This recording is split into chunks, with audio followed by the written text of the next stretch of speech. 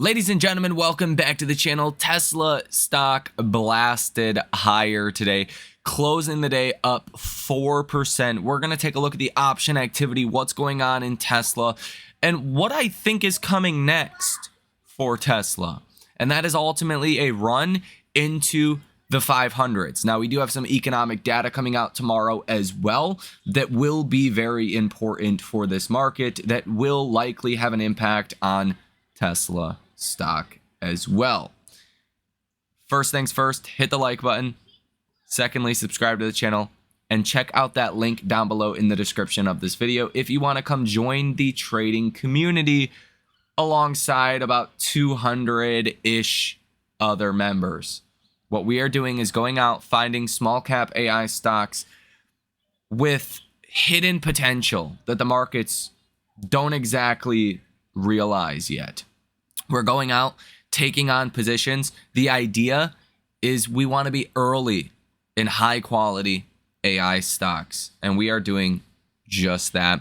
Again, we're outperforming all hedge funds and institutions year to date. At least from my understanding, there is not a single hedge fund or institution with a better year-to-date return than this. We are currently up 199.04%.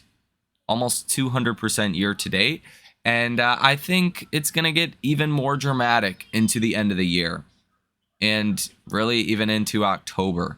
So check it out if you would like to. Please do not be a jackass. Please read the rules, read the prompts.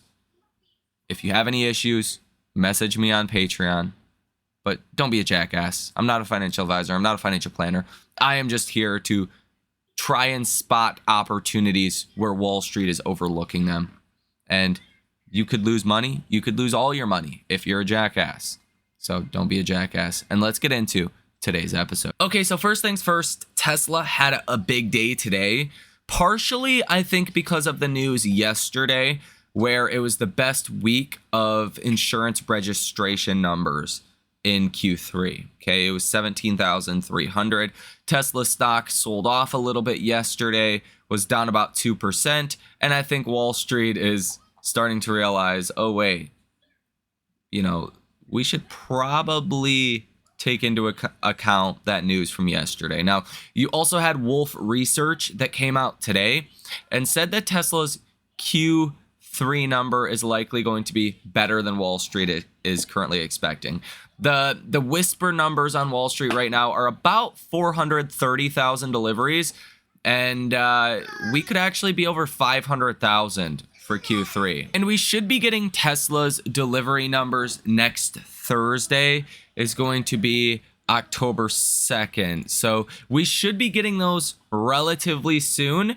And by then, we're going to be leaving the September seasonal weakness, where things start to look a lot better from a seasonal and historical perspective for markets into the end of this year. October, November, December are some of the strongest months for stocks. And for Tesla specifically, it could mark a very large rally. I honestly think we are one catalyst away from a leg higher into the 500s. Okay. One catalyst away. Delivery numbers October 2nd. Robotaxi expansion, potentially. One catalyst away. Now, the news today that caused Tesla stock to rally, along with the news from yesterday of vehicle insurance registrations, was there's a lot of validation testing taking place right now around the Dallas area. Okay? In Dallas, around Dallas, and it looks like Dallas could be the next city to approve robotaxi operations. And it seems like Tesla is getting way ahead of the ball here in mapping out these cities long before they even get the regulatory approval. So what could end up happening is we could get rapid approvals pretty fast down the line, assuming Tesla started putting these in, a couple months ago. We could start getting these approvals and boom, we're already mapped. We're already ready to go. So I think Wall Street is starting to view Tesla's robotaxi expansion as really just a matter of time at this point. And for Wall Street that has been considering Tesla a car company for far too long, they're starting to be really forced to look at Tesla as an AI company. And when you look at the projects that Tesla is targeting, like Robotaxi, Optimus, you're looking at like massive markets. You're looking at bigger markets than the iPhone, right? Than the phone market for humanoids, at least. And Tesla as a top positioner in that market means, yeah, some pretty incredible things could be coming for Tesla. In final option activity today, you had 356 different trades from hedge funds and institutions, totaling $225 million with a positive order value of 60%. Now, we do have some very important economic data coming out tomorrow, specifically because this is going to tell us more about the state of the economy, okay? We've heard from Fed speakers recently, like Fed Bowman, that personally sent me back a little bit. Yeah, I get the labor market's been weakening a little bit, but some of Fed Bowman's comments in recent days have been a real shocker, okay? She said things like the Fed could be behind the curve, right? Some pretty scary sounding things. And depending on the economic data tomorrow, it is going to help drive expectations for Fed cuts. Now, preferably, you don't want to see really bad numbers here tomorrow. You don't want to see really good numbers either. It's one of those where you kind of want expectations to be met, maybe exceeded a little bit, but not blown out. Because blowout expectations or blowing out expectations to the upside, like the economy is a lot stronger than expected, let's say, is not exactly going to be seen as super positive for the path of rate cuts. Okay, so there is the middle ground that you really want to target. Now, tomorrow we are going to get a new GDP update from the Atlanta Fed, but I think one of the most important data sets tomorrow is initial jobless claims. So starting off the morning in kind of time logical order here, we're going to be getting Fed Goolsbee that does a speech at 8:20 in the morning. Durable goods orders at 8:30 in the morning. Month over month, you're expecting negative 0.5%. Last month was negative 2.8%. So yeah, that's not a great number. Considering last month was so negative, to be even more negative than that is pretty rough. We will get the GDP growth rate quarter over quarter final numbers for Q2. I'm not expecting that's going to move much. You're sitting at 3.3%. That's probably where it's going to come in. It might come in a little bit stronger, a little bit lower. That's really not going to be a catalyst, though. You will get GDP price index quarter over quarter final numbers. The goods trades balance advanced data for August. This is the deficit. This will really help feed into a new estimate for Q3 GDP from the Atlanta Fed. Okay, the Atlanta Fed is currently at 3.3% GDP for Q3. Okay, so depending on how those numbers come out, it's going to change the estimates a little bit for GDP.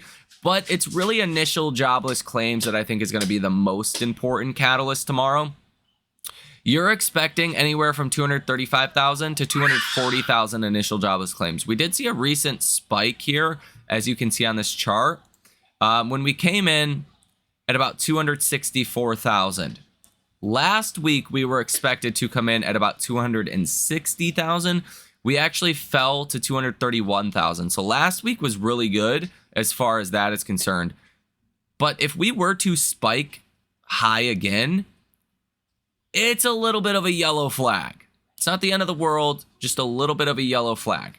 Initial jobless claims are the most leading up to date, probably the most accurate labor market data that we get from the government, right? It's pretty clean cut, right? All these claims are done online. Like it's very easy to collect this data. Okay. So that's going to be a big part of tomorrow, I think. You will get retail inventories, excluding autos, month over month, wholesale inventories, month over month, continuing jobless claims, bunch of other smaller data as well, durable goods orders, excluding defense months, month over month. jobless claims, 4-week average, all kinds of different smaller data sets. You will get Fed Williams that speaks at 9 a.m.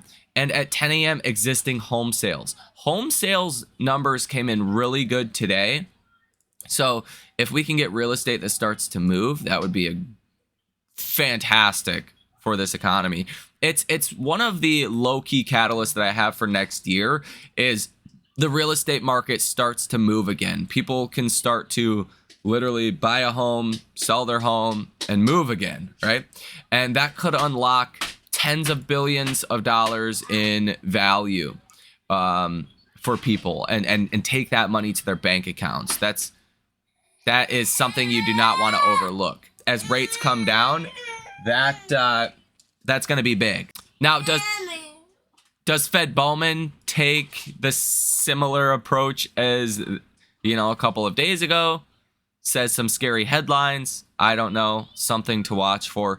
At 11 o'clock in the morning, you have the Kansas Fed Composite Index, the Kansas Fed Manufacturing Index, and some bond auctions that will be coming out, some shorter-term bond auctions. But this one, a 7-year bond auction, is going to be a little bit more important at 1 p.m. because it will likely move the 10-year Treasury yield, which is an important function of markets and lending. And really, it's the 10-year Treasury that determines mortgage rates, auto loan rates. It's not the Fed.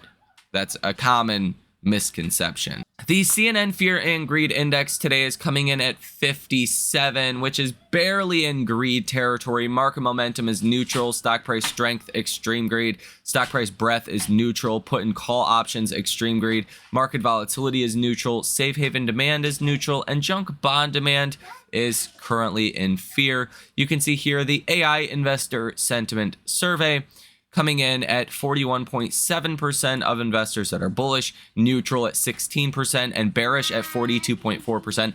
I've personally never seen an AI investor sentiment survey that has over 40% bulls and 40% bears on a single week's report, right? People have chosen, they're either bullish or they're bearish at this point. And again, with bears so high, it's going to be hard to get any kind of freak out in markets. That's why I think we're probably going to get through this September seasonal weakness period pretty much unscathed, right? I'm not foreseeing the next couple of days to be rough. The biggest risk we have is some kind of trade fallout or Trump comment or something like that, which can happen without any notice. But as long as that doesn't happen, there's a lot of bears out there. And when there's this many bears, again, it's really hard to get substantial downside. Now, the bulls have jumped recently as well. The best contrarian indicator by far ever is the AI Investor Sentiment Survey. The moment you want to get a little bit nervous for a pullback in markets is when the bulls get to about 60%.